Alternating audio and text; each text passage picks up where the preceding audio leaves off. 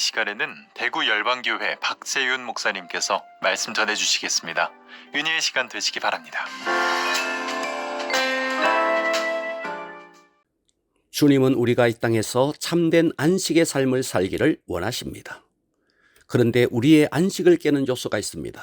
바로 그것은 씨 뿌리는 비유에서 가시밭처럼 우리의 마음속에서 올라온 염려와 유혹입니다.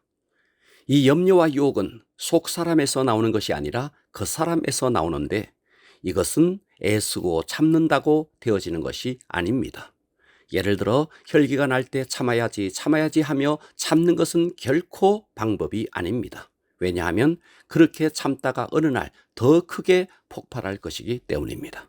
그러나 하나님의 은혜가 심령에 임하면 전에처럼 염려할 일인데도 염려가 되지 않고 혈기 날 상황인데도 혈기가 나지 않습니다. 그것은 하나님의 은혜가 염려와 혈기를 덮었기 때문입니다. 또 하나님의 은혜가 임하면 평생 용서할 수 없을 것 같은 사람도 용서할 뿐만 아니라 오히려 긍휼한 마음이 들고 그런 사람까지 사랑하게 됩니다. 그것은 상대가 변한 것이 아니라 나에게 주님의 은혜가 임했기 때문입니다. 율법을 지키고자 하는 인간의 노력은 마치 늪에 빠진 사람이 허우적거리지만 더 빠지는 것처럼 우리를 좌절하게 만듭니다.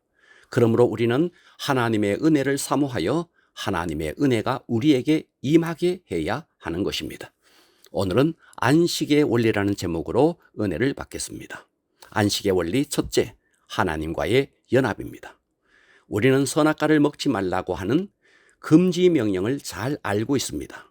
사람들은 이 선악과의 금지 명령이 최초의 명령인 줄 알지만 이 선악과의 명령보다 선행하는 명령이 있으니 바로 안식의 명령입니다. 하나님은 첫째 날부터 여섯째 날 마지막으로 인간을 지으시고 일곱째 날 안식하셨습니다. 그러므로 우리 인간은 창조된 후 처음으로 맞은 날이 안식일입니다. 여기서 안식은 넉넉고 쉰다는 뜻이 아닙니다. 하나님과의 연합을 의미합니다. 이것은 오랫동안 집을 지어 이제 집을 완성하고 낙성식을 거행하고 그 집에 들어가서 살게 될 때 이 상태를 안식이라고 합니다. 그러므로 안식이란 본질적인 목적이 완성되어진 것을 의미합니다. 자, 보십시오. 하나님은 천지를 창조하셨습니다. 빛을 창조하시고 궁창을 창조하시고 바다와 육지를 창조하시고 하늘의 태양과 달 그리고 수없는 별들을 창조하셨습니다. 그리고 마지막으로 인간을 창조하셨습니다. 어떻게 보면 하나님이 창조하신 이 광대한 우주에 비해 인간은 보잘것없고 초라한 존재로 느껴질지 모르지만 하나님의 창조의 핵심은 우주가 아니라 인간이었습니다. 그래서 하나님은 별을 창조하시고 기뻐하지 않으셨습니다. 그런데 인간을 창조하시고 하나님은 심히 기뻐하셨습니다. 왜 그럴까요? 그것은 인간을 하나님의 사랑의 대상으로 교제하며 연합할 존재로 창조하셨기 때문입니다. 그래서 하나님과의 온전한 연합이 인간에게는 안식입니다. 그러나 아담은 하나님과의 연합에도 실패했고 아내와의 연합에도 실패했습니다. 마귀가 하와를 유혹할 때도 그 순간 그곳에 아담은 없었습니다. 결국 하나님과의 연합, 부부와의 연합이 이루어지지 않는 곳에 사탄이 끼어들어 죄를 짓게 되었고 안식은 깨어지고 에덴의 동산에서도 쫓겨나고 말았습니다.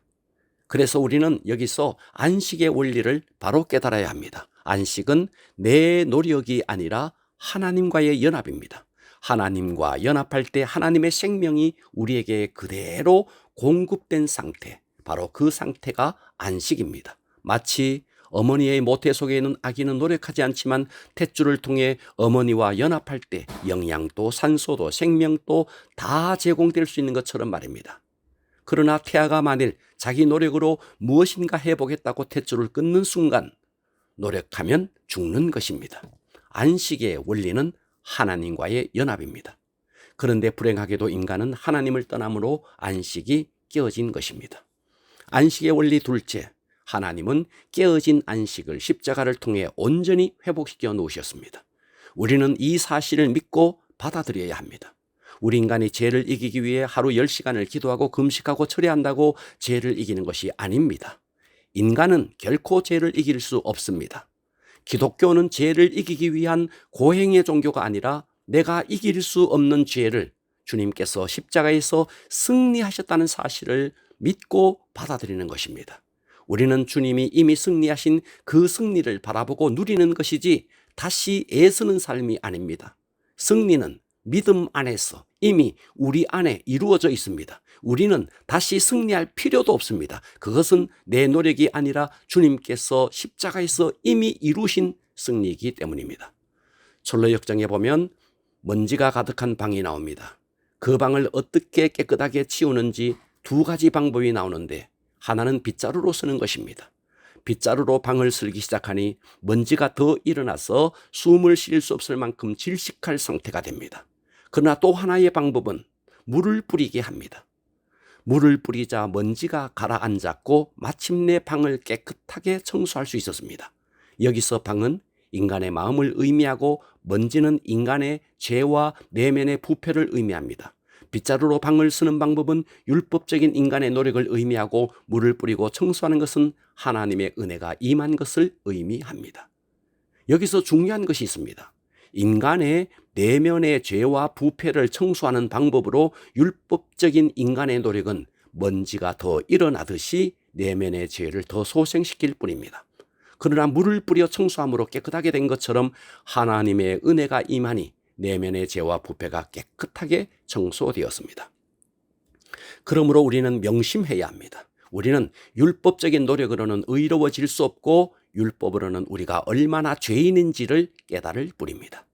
그러나 예수님이 오셔서 우리의 죄를 십자가에서 다 처리해 주셨다는 사실을 믿을 때 우리는 의로워지는 것입니다. 그러므로 인간의 내면의 죄와 부패를 해결하는 방법은 내 결심, 내 의지, 내 다짐으로 처리해 보겠다는 것은 빗자루로 먼지를 쓰는 것과 같습니다. 그러나 빗자루를 내려놓든 내 결심, 내 의지, 내 다짐조차 내려놓고 주님의 은혜의 손을 잡아야 합니다. 강아지는 결코 하늘을 날 수 없습니다. 그런데 강아지가 스스로 날 수 있다고 확신하고 높은 곳에 올라가 뛰어내린다면 잠깐 동안은 날았다고 생각할 수 있습니다. 하지만 곧바로 땅바닥에 떨어져 다리가 부러지고 갈비뼈가 부러질 것입니다. 그래서 이 강아지는 다리에 기부스를 하고 내 노력이 부족해서 그런가 봐 하면서 더 금식하고 더 애쓰면 나는 날 수 있겠지 하고 도전한다면 이것은 정말 어리석은 일입니다. 노력한다고 되는 것이 아닙니다. 그러나 날 수 있는 방법이 있습니다. 독수리에게 딱 붙으면 날 수 있습니다. 이것과 똑같습니다. 주님의 승리를 받아들이지 않고 자기 노력으로는 결코 열매를 맺을 수 없습니다. 잊지 마십시오. 안식의 원리는 하나님과 연합하는 것인데 그 연합이 깨어졌지만 예수님이 이 땅에 오셔서 십자가에서 다 회복시켜 주셨습니다. 우리는 주님이 이루어 놓으신 그 십자가의 승리를 믿음으로 취하고 주님의 은혜 속에 살아가면 되는 것입니다. 여러분 모두 주님의 십자가의 은혜를 붙잡고 승리하시기를 주님의 이름으로 축원합니다.